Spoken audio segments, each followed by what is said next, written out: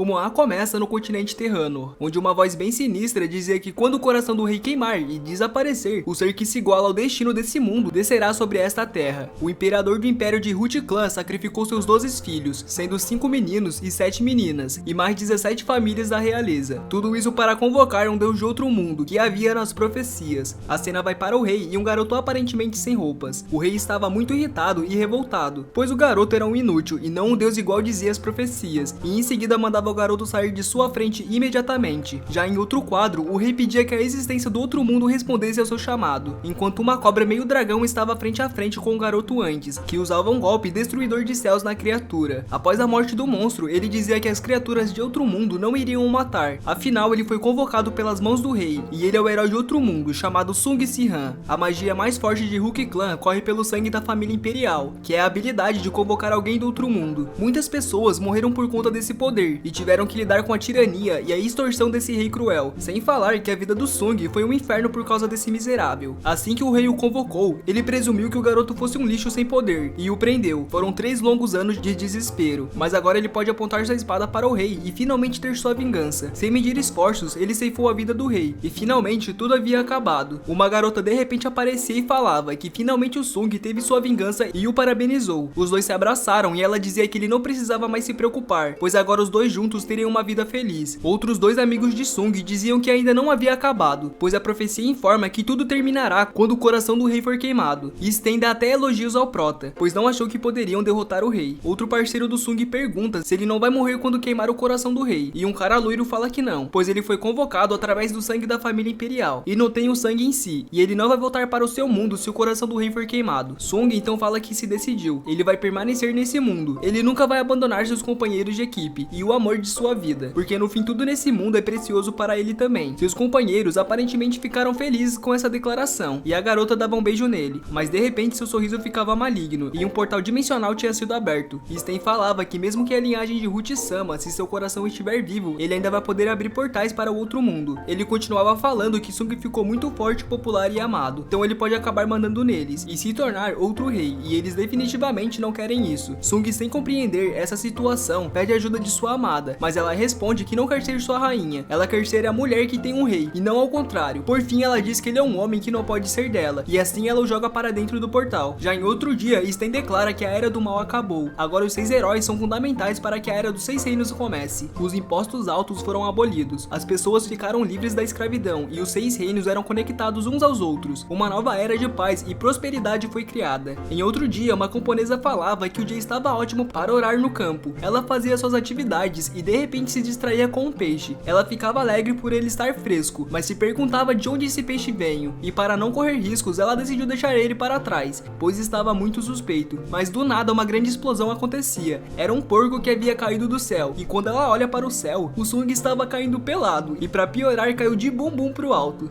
Ele olha para os lados e avista vegetação em uma casa, aparentemente tudo normal. Ele começa a gargalhar e diz que finalmente está de volta depois de anos, mas cai desmaiado em seguida. Já de noite ele acorda em uma cama, e a garota traz mingau quente para ele, dizendo estar impressionada por ver alguém caindo do céu. O Sung estava falando em outra língua que calculou errado, e tomou muito dano em seu corpo. A garota acha que ele é de uma tribo primordial, por estar falando em outra língua, mas logo ele percebe que não está mais em Terra Nori, e pergunta na língua local onde ele estava. Ela responde que está no norte da montanha Deathland, mais ou menos meio dia de distância da Vila Goran. Ele fica sem entender, então ela explica que eles estão no reino Lichline. Como já sugere o nome, ele foi criado por Lichline, depois da revolução dos 7 heróis. O garoto então diz que ele agora é um rei e revoltado, e o chama de desgraçado. Depois de colocar vestimentas, ele se alimenta e diz que a comida estava muito boa, e agradece. A garota só pensava no corpo treinado dele, e ainda mais tinha uma carinha bonitinha. O garoto, percebendo que estava sendo rude, perguntou o nome de sua salvadora, e ela responde que se chama Lita, e como ele pode ver, ela é uma garota da roça. Ele pergunta se os espadachins são tratados como pessoas da roça hoje em dia, e ela parecia ter um corpo bem tratado. Ela ficava surpresa e perguntava como ele sabe disso. Ela é uma guerreira espadachim, porém não é uma cavaleira. Mercenários livres como ela, que não tem reis para servir, são tecnicamente desempregados, quando não tem nenhum pedido, e no seu caso fica fazendo plantações como não tem nada para fazer. Ele então quer fazer outra pergunta a ela, que seria qual é a relação dela com o rei Lustanad. Automaticamente ela vira a mesa nele, e quando se dá conta, ele já não está mais embaixo da mesa. Ele então aparece atrás dela e diz que não perguntou querendo briga, mas ela ignora e tenta atacar passando direto por por ele. Ela novamente tenta atacar, mas o Sung desviava de tudo tranquilamente. Ela então decide ir rápido e aparece atrás dele, que para o ataque apenas com a colher de sopa que estava em sua mão desde o início. Ela pergunta quem ele era, e ele responde que se chama Sung Si-han e veio da Terra. Ela então fica surpreendida por ele ser o salvador interplanetário, Sung Si-han. Ele entende dela ter o atacado, afinal ele perguntou sobre sua relação com o Rei Tirano, mas ele só estava perguntando por curiosidade, e ela não precisava responder caso não quisesse. Ela então revela seu nome completo. Voltando a uns anos atrás, o povo estava fazendo uma rebelião contra o rei, pois não iam permitir a aparição de um segundo imperador bárbaro. No castelo, uma mãe, sua filha e um guerreiro estão em uma sala em chamas. Ela pede que o guerreiro cuide de sua filha, e ele jura por sua vida que vai proteger com todas suas forças. O nome desse guerreiro é Kera. Ele cuidou da garota em um lugar que não tinha absolutamente nada, e ensinou ela a lutar, e no fim levou ela para este lugar que está agora, e vivem aí desde então, exceto quando precisa de dinheiro e vai para missões em outras cidades. Sung não imaginava que ela seria filha do rei, e pergunta se ele é inimigo de seu pai, mas ela não sente nada por seu pai, afinal ele está morto. As pessoas estão perseguindo qualquer um que tenha relação com o imperador bárbaro, porque elas podem abrir portais para o outro mundo, e ela pensou que ele podia ser alguém que estava perseguindo também. Sung, cada vez que sabe mais sobre seus companheiros, fica mais irritado. Foram eles que ensinaram a ele a ir atrás dos parentes do imperador bárbaro, mas foram preguiçosos demais para o persuadir. Ela chama a atenção dele e quer saber se ele realmente é o Sung Si-han, pois os heróis falaram que o grande herói foi derrotado pelo rei bárbaro e voltou para a Terra, e também porque ele caiu do céu pelado. Ele então fala que só organismos vivos podem viajar entre dimensões e que ele não é estranho. Na primeira vez que ele veio a esse mundo, ele também estava pelado 10 anos atrás, e só de lembrar já fica nervoso. Ela pergunta como alguém foi invocado à Terra Nori de novo, pois não tem ninguém que possa usar essa magia de invocação, e ele responde que o responsável por isso é ele mesmo.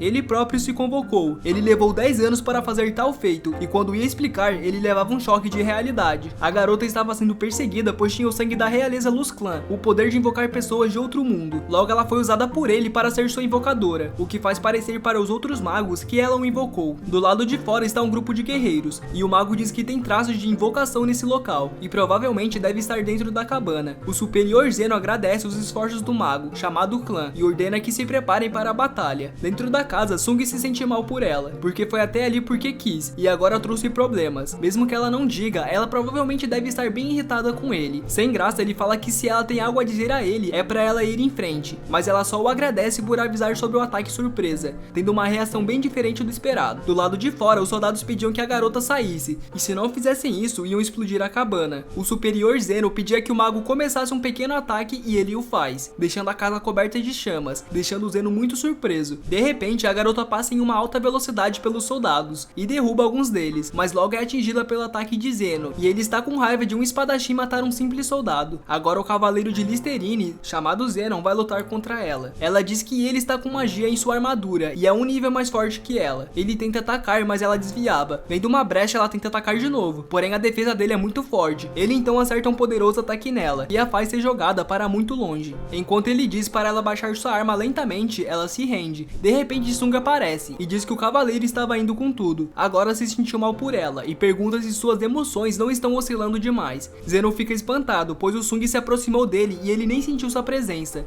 Ele pergunta quem é o Sung, mas o prota só dá um soco nele, fazendo ele voar pelos ares, deixando os guardas espantados com essa situação. A garota se pergunta do porquê ele está se opondo aos soldados, já que esses subordinados são seus antigos companheiros. O mago diz que o Sung é um renascente do Império Maligno, então é para cuidarem dele imediatamente. Os soldados avançam, mas Sung derrota cada um deles facilmente. Zeno acorda e vê todos os soldados derrotados no chão, e se pergunta como o homem derrubou vários soldados de mãos nuas. Ele logo se lembra do Sung no passado, mas agora já é tarde e ele derruba Zeno novamente. Bom, ele derruba o grupo inteiro na verdade. Até o mago ele chama pra porrada, mas o mago não é louco, né? Sung e Alita então saem do lugar, e o mago pede que recuem, já que o Supremo Zeno foi derrotado, e para quem está com o corpo intacto, é para ajudar seus companheiros. Um soldado então avisa que o corpo de ninguém foi ferido, eles apenas foram enterrados no chão sem ao menos quebrar um osso. Isso deixa o mago muito surpreso, pois eles foram derrotados sem deixar uma única baixa. Na floresta, Sung diz que eles não vão mais o seguir, e que isso é um alívio. Sung divagava que os efeitos colaterais de cruzar dimensões são maiores do que ele esperava. Seu nível de energia está por 1/10, e seus níveis de mana está muito baixo, comparado quando foi saudado como Salvador. Ele vê a garota sentindo dor, e pergunta se ela está bem, pois achou que seu braço direito estava quebrado, mas ela responde que está bem, e que poderia ser bem pior que um osso quebrado. Ele então faz um apoio pro braço dela, e ela o agradece novamente, e diz que vai caçar caçar seu rumo. Ele então pergunta se os dois não iam viajar juntos, e ela também tá com o braço quebrado. No fim, ele quer ajudar ela, pois ela está nessa situação por causa dele, e também ele não deixa feridos para trás. Ela então o agradece e diz que está sob os cuidados do Sr. Si-Han, mas ele não quer ser chamado de senhor, só Si-Han já está bom. Ele pergunta qual é o plano dela, pois sua identidade foi revelada e ela não pode ficar mais aqui. Ela sugere a Vila do Goron por estar mais perto, porém já deve ter grupo de buscas por lá. Eles então vão atravessar a montanha e vão para a cidade da Troca Kagon. Em um palácio, Sten está vendo livros, até que o mensageiro avisa que o grupo de busca trouxe notícias, e Sten pergunta o que aconteceu. Depois de um tempo, Sten usa uma magia para abrir uma porta, que vai direto para um laboratório. Lá dentro tem um prisioneiro descendente de Luz Clan. Ele pergunta ao prisioneiro por que ele acha que sua mana mudou de cor, e é revelado que a mana dele ficou verde pois a transformação de sua mana está completa. O prisioneiro o chama de desprezível, mas Sten não liga, afinal o coração de quem vai ser removido agora não será o dele, e em seguida ele o faz, e tira o coração do rapaz, mas ainda não era o suficiente, ele precisava de mais sangue puro da linhagem Luz Clan. De repente uma garota chega e informa Sten que seus guerreiros foram derrotados, e o responsável por tudo isso tinha olhos e cabelos pretos. Logo Si-Han vem à mente de Sten, ele não compreende essa situação, não tinha como Si-Han cruzar dimensões, e mesmo que ele o fizesse, certamente o Sten teria notado. Já em outro dia, a dupla havia chegado na cidade de Kagon. Antigamente, essa cidade costumava se chamar Clã do Sul, e era a base principal dos heróis. Si-Han conta que esse local tinha uma raça chamada Galen, bem parecida com os asiáticos. A garota fica sem entender nada, e pergunta se foi aqueles que ela ouviu nos rumores, a mudança de 1000 energias da Rainha Ladra. O prota diz que foi ele quem desenvolveu essa técnica, e foi ele quem ensinou a Levina. Essa conversa fica de lado e eles estão pensando em algum lugar para ficar. Ele avista uma casa grande e diz que essa taverna não estava ali há 10 anos atrás. Esse local antes era onde ficavam as forcas, mas já que chegaram a esse local, é bom eles entrarem. O homem dava a eles a chave do quarto e parecia odiar seu trabalho, mas na verdade o velho só estava bravo porque o Si-Han conversou casualmente com ele, e nesse mundo isso é muito rude. A garota pergunta a ele o que vai fazer agora que chegou na cidade de Kagon, e ele responde que planeja se ajustar nesse lugar e viajar com ela por um tempo, mas ela não quer isso, pois ela é uma pessoa procurada e se ele viajar com ela, por razões óbvias, ela vai precisar de um motivo para viajar com ele também. Ele diz não querer falar algo, mas logo se solta e fala que ela vai ser pega sem ele por perto. Tem um traço de vibração que se pendura ao invocador quando invoca pessoas do outro mundo, então constantemente vai ter pessoas atrás deles. Ela fica surpresa com isso e quer saber se é inútil eles tentarem se esconder, e ele responde para ela ficar tranquila, porque ele bloqueou as vibrações de magia. Enquanto ela estiver ativa, ninguém será capaz de encontrá-los. O único problema é que essa magia tem que ser feita de 3 em 3 dias. A Alita diz que ela precisa dele ao seu lado, mas por que ele precisa dela? No quadro seguinte, é dito que os guerreiros que podem usar energia de luta como os espadachins são separados em 6 ranks. O primeiro vem o rank semente. Esses são os que conseguem usar energia de luta para aumentar suas capacidades físicas. Depois o rank guerreiro. Esse rank consegue imbuir o metal das armas com sua energia de luta, e a maioria dos espadachins fazem parte desse rank. Aqueles que alcançaram o rank cavaleiro podem imbuir a energia de luta nas armaduras que estão vestindo, e assim que chegar no rank mestre, eles podem imbuir energias em armaduras que não são feitas de metal. Os dois últimos são mais sinistros ainda. Os que estão acima dos anteriores conseguem imbuir energia no ar para fazer uma lâmina como arma, e são chamados de rank transcendente. Por último vem o rank divindade espadachim. Apenas algumas pessoas na história conseguiram chegar neste feito, que é o poder de masterizar tudo com energia de luta. Na capital do reino Lustanad, Zeno pede outra chance de recuperar sua honra, e garante que na próxima vai conseguir capturar os malditos membros da família Luskan. O Sr. Endarvin pergunta se tem alguma necessidade disso tudo, afinal nem o rei tentou punir os responsáveis pela falha na missão. Zeno diz como que alguém que não cumpriu com a missão poderia ser perdoado, e que voltar para o campo de batalha era o necessário para um guerreiro recuperar sua honra. Isso deixa o velho espantado com essa definição de cavaleiro, e pede que Zeno volte para o campo de batalha para recuperar sua honra. No corredor do castelo, Zeno pensava que os fugitivos vão precisar de dinheiro para sobreviver, e como são espadachins, tem grandes chances de estarem trabalhando como mercenários livres. Ele continuava falando que pela direção que eles foram, provavelmente devem ter ido à cidade de Kagon, usar essa informação e fingir estar procurando por eles enquanto pergunta que missão os dois aceitaram. Certamente ele vai conseguir achar os dois, mas o mais importante disso tudo, ele precisa checar quem é o cara que estava com a garota. Esse cara se parece muito com o Si-Han, o herói do outro mundo, e agora quer confirmar se é ele de fato. Em uma mansão já de noite, o mordomo dava boas-vindas ao Lord Ted, que agradecia e perguntava se os rapazes que estavam ali era o que ele havia comunicado. Alita e Si-Han então apareciam. Eles foram apresentados pelo Kurogon e são chamados chamados de Alita, Hellcan e Sean Sten. Alita perguntava o motivo de colocar o nome Sean no nome de Si-Han. Falava que só colocou porque se parecia com o dele, e mesmo que ela o chame pelo seu nome sem querer, eles conseguem deixar passar. O mordomo avisa que eles eram espadachins de classe guerreiro. Si-Han era do nível divindade, mas devido aos efeitos da viagem dimensional, ele usou toda a sua energia mágica de combate, descendo drasticamente de classe. O Lord Ted diz ser impressionante eles serem de classe guerreira sendo tão jovens, e é bom tê-los aqui, mas agora eles podem descansar até o outro dia, para sair com um esquadrão de subjugação. Já em sua cama, Si-Han diz que cansa ganhar dinheiro para viajar, e que se fosse antes, ele teria escolhido uma casa de um nobre aleatório e roubado dele. Alita perguntava se os heróis das lendas roubavam pessoas, e ele responde que a garota que ele gostava era uma ladra. Também não era um roubo sem motivo, tinha heroísmo envolvido, e todos os nobres do reino eram vilões, mas para ele agora é difícil fazer isso. A melhor opção é ganhar seu dinheiro honesto matando outras pessoas. Ele pergunta à garota se o pedido era uma subjugação de monstro, e ela responde que tem uma matilha de lobos perto do território do Barcelian. Mesmo que eles tenham juntado um esquadrão de subjugação para se livrar dos lobos, eles falharam pela falta de números, e agora eles contrataram espadachins mercenários para se livrar deles. Si-Han diz que 13 anos atrás, os primeiros que ele enfrentou foram lobos, e seus amigos o elogiavam por ser forte, e que iam criar um futuro para esse mundo. Si-Han ficava com raiva, mas dizia ser o suficiente para esquecer, e já que perdeu tanta energia que os lobos devem ser um bom oponente. Alita pergunta ao Si-Han se ele tem certeza que perdeu seus poderes. Ele sozinho a derrotou com uma colher e cuidou com um grupo de cavaleiros como se não fosse nada. Ele responde que é exatamente isso. Ele precisou de uma colher para derrotar ela, e no fim das contas ele possui muita experiência. Não é porque um campeão mundial perde um pouco de seu poder que ele vai perder para qualquer um. Já na manhã do outro dia, Ted dizia que os monstros ousaram invadir seu território, e por isso vão fazer todos eles pagarem. Enquanto o Lorde empolga seus guerreiros, Si-Han parece um bobo no meio dos guerreiros. Mesmo que o Ted esteja bem equipado, não vai ser de grande ajuda contra os lobos, e sua armadura parece ser bem pesada. Ele pergunta à garota se seu braço já está curado, e ela responde que sim. Graças à sua energia de luta, seu braço já está bem melhor. De repente, uma matilha de lobos aparece, e o Ted diz que eles podem vir, pois suas chamas das trevas não vão parar sua lâmina. E isso foi só papo furado, porque em seguida já levou uma patada nos beiços. A luta entre os lobos e guerreiros parece estar bem acirrada. Si-Han derrota um lobo facilmente e diz que está mais fácil do que pensava. Se ele ir com tudo, vai acabar com essa luta facilmente, mas não vai fazer isso, pois iria chamar a atenção demais. Enquanto os guerreiros estão com medo, Si-Han se pergunta se eles realmente precisavam de mercenários para cuidar desses monstros, quando de repente o líder da Alcateia aparece, sendo muito maior que todos os outros e com uma cicatriz em seu olho. Si-Han fica frente a frente com o monstro enquanto os outros fugiam. O Lord Ted dizia para eles não entrarem em pânico. Se matarem o líder dos monstros, certamente seus companheiros vão desistir. Então ele vai deixar isso para Si-Han e Alita resolverem. Ainda bem que eles não dependem do grande Lord Ted. Para um líder, ele tá um ótimo bobo da corte. Si-Han diz que o trabalho perigoso vai ficar para eles, e que hoje em dia é difícil ter um trabalho integral. Ele vai cuidar das bestas menores, enquanto Alita cuida do líder. Isso deixa a garota bem chocada, afinal ele é mais forte, e quem vai cuidar do chefão é ela. Continuando, Si-Han diz que não quer desistir agora, e pergunta à garota se eles podem derrotar os lobos, que confirma que pode enquanto parte pro ataque. O líder da Alcateia joga um poderoso poder de fogo na garota, que passa por dentro do fogo e faz um poderoso corte na parte traseira do monstro, e em seguida sua cabeça. Quando Si-Han dizia que não iria precisar se preocupar, a besta continua em pé e acerta um poderoso poder na Alita, que é jogada para muito longe. Si-Han se lembra da conversa que teve no dia anterior, sobre o porquê ele precisava dela. Ele suspira, mas responde que deve ser honesto agora. Ele foi invocado nesse mundo através do sacrifício de corações da realeza de Luz Clan, e é por isso que ele pode ficar em Terra Nori, independente da vontade do Imperador. No entanto, o método que ele usou para vir a esse mundo foi diferente. Foi mais para um ritual de invocação do que um contrato que sacrifica corações. A existência dele nesse mundo é mantida pela ligação que ele tem com o invocador. Em outras palavras, ele vai ser obrigado a voltar para a Terra se Alita morrer. Si-Han tenta correr para salvá-la. Vendo que não vai conseguir, ele usa uma energia da espada do dragão e derrota o poderoso lobo gigante. Os dois estão no chão cansados e um pouco tempo depois, Si-Han pergunta à garota como ela está, já que foi mordida por uma besta. Mas Alita responde que só está dolorida, e parece que aquela criatura nunca teve a intenção de matar ela. Pensando melhor, provavelmente ele só estava deixando ela viva para entregar para o líder chefão, já que eles têm esse hábito. Um silêncio fica entre os dois, e Alita pergunta o motivo de Si-Han não revelar sua identidade. Afinal, ele é amigo dos 6 heróis, e será tratado de forma especial em qualquer reino que for. Ele diz que na verdade é um sortudo por não ter sido executado, e revela o que aconteceu há 10 anos atrás. Logo que ele venceu o Imperador, ele foi traído por seus aliados. Ele não entende o motivo dessa traição, e que eles eles não tiveram nenhuma hesitação. Não era algo que foi decidido de última hora. A garota chegou à conclusão que Si-Han voltou por vingança e por isso não revela sua identidade. E Si-Han pergunta se já que ela entendeu, por que ela está tão calma sabendo que ele vai lutar contra os 6 reinos da Terra Nori. A garota infelizmente está sendo perseguida pelos 6 reinos há 10 anos, então eles são seus inimigos de qualquer maneira e precisa fazer o melhor que pode para sobreviver. No fim do capítulo, Si-Han olha para a floresta e diz que algo está vindo. Se você achou esse mangá divertido e acha que vale a pena ter uma continuação, deixe aí nos comentários. Deixe seu like para ajudar o canal e até o próximo vídeo.